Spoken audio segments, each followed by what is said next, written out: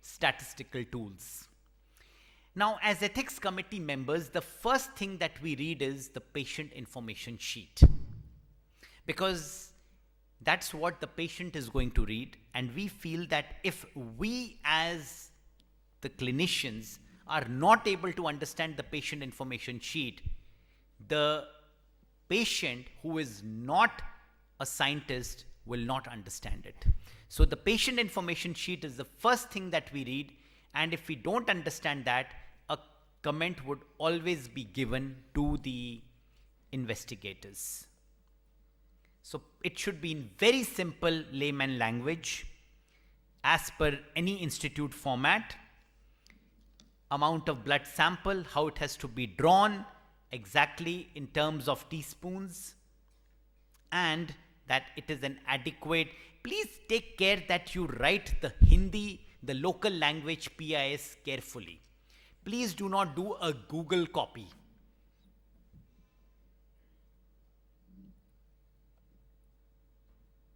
Please address the patient as you and not the patient, and provide address for children the legally acceptable representative, and also provide assent form. Children above 7 years and up to 18 years need to have a form signed by the legally acceptable representative as well as the child himself. So you need 2 forms. Also have a separate PIS for controls. For any questionnaire that you are going to have in your investigations, please provide the permission letter to use the questionnaire, or specify clearly that it is available in the free domain. A lot of the questionnaires may be in English. Please see if they have been validated in the local language or not. Otherwise, there is a specific process for validating the questionnaire.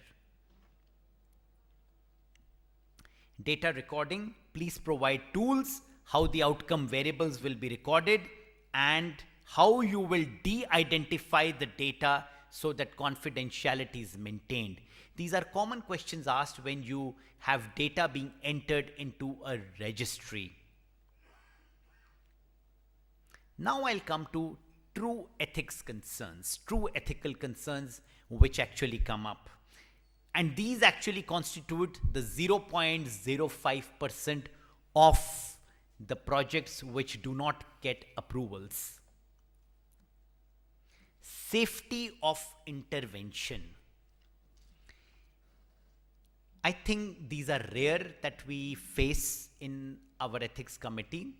So if somebody proposes to do a liver biopsy every 2 monthly for assessing the effect of a drug or intervention on the liver pathology, that would be considered as unethical because it has a safety issue. Conflict of interest is very common that we face. And I'll talk about it in some examples. Sensitive questionnaires. You may think that a questionnaire may not have any issue related to a patient, but let me tell you, there are very sensitive questionnaires, and I'll give one example of that. A study being proposed for assessing the post pregnancy or the post delivery stress in a premature delivery in the women, and there were questions which would have taken close to 2 hours, and some of the questions were very personal about marital discord and violence at home. Now, a lady who has delivered preterm, we would not like her to be subjected to sensitive questions like this. They are very traumatizing. Vulnerable population.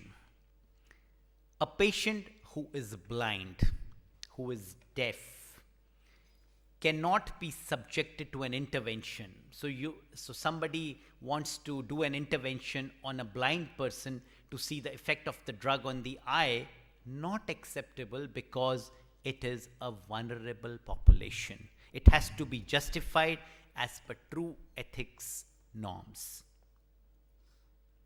Failure to include genuine collaborators. We would not like a project from a clinical department which pertains to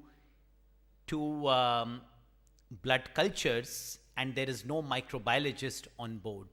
So we do address these points that if it is a clinical investigator from another department and is using the services of an allied department, we would like them as co-investigators. Some of the common dissents are drugs to be purchased by patient because it's a post-marketing surveillance study. In a post-marketing surveillance study, the drug has been approved, people are free to use the drug, but if it is industry sponsored, we would like the drug to be provided free of cost.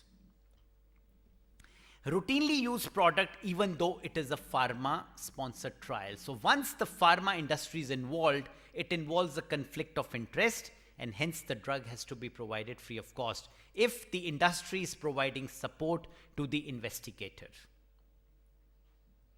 Requirements for pharma trials, I already said, you need DCGI clearance, insurance coverage and a CTRI registration, and ensuring that there is no charge to patients.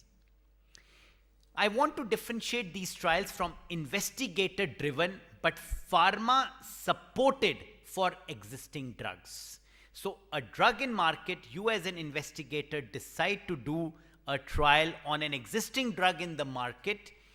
The DCGI has now given a notification that you do not need a clearance from them, provided you are not going to them for approval. Drug would have to be provided free of cost to patient. Investigator-driven clinical trial